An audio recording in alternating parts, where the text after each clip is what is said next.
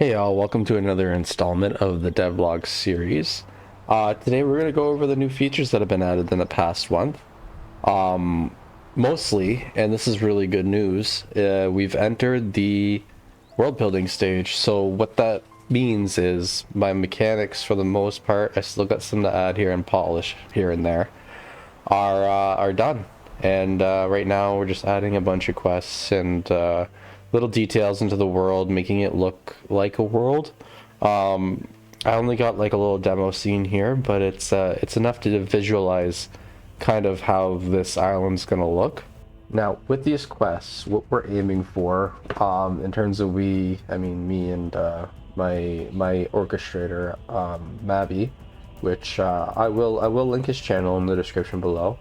We're aiming for older style quests, but kind of modernized. Like for example, here we got cow killing, in terms of like a low level quest. However, there's dialogue and there's issues and there's multiple ways that this quest can kind of go about depending on how you play your role.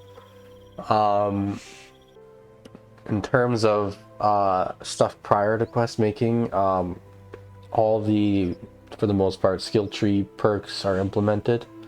Um, and now I'm kind of finishing up the armors. The armors are all modeled, aside from like legendary armor sets that you can find. I haven't quite started those yet, but they're not quite important just yet. Just the basic, iron and then your steel and your classes that keep going up. They're all modeled. It's just they need to be implemented, which is gonna happen. I do take periodic breaks from doing this kind of thing. The one thing I've noticed about doing an RPG is that a lot of stuff that you have to do is very repetitive. Although it's rewarding, it just doing it day in day out. You do need a break every now and then.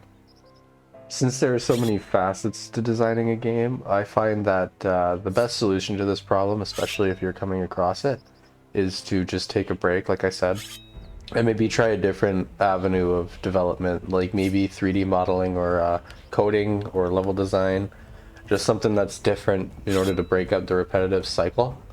Um, Something that's really cool that's happening with this world is the interactivity is pretty much limitless.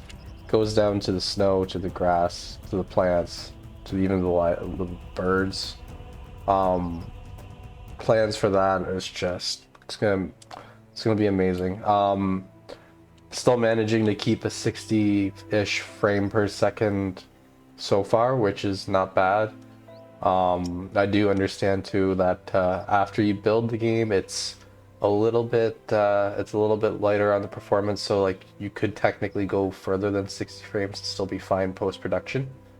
Um, Now that being said, the overall scale of this game, I would not recommend, and any devlogger usually wouldn't recommend even attempting a game this size. The only reason why I am, especially for a solo slash duo project, is because it's a passion project, and I don't care to see if it is successful or not successful. This is just something I wanted to create, um, just for myself. Something I've always wanted to see happen, so that's why I'm gonna see it through.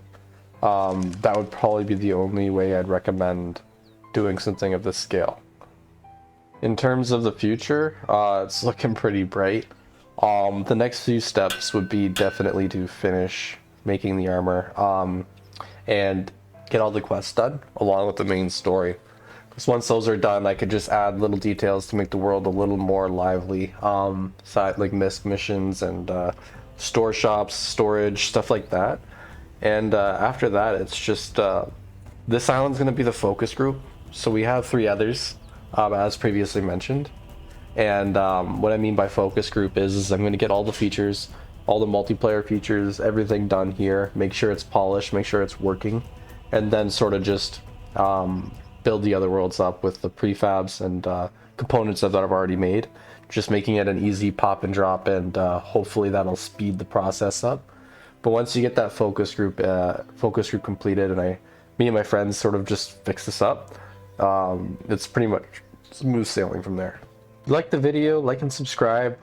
If you see anything that you want to do or you wish you knew how to do, I could definitely help you out. Just leave a comment asking it below, and I'll try and answer to the best of my ability. And have a nice day.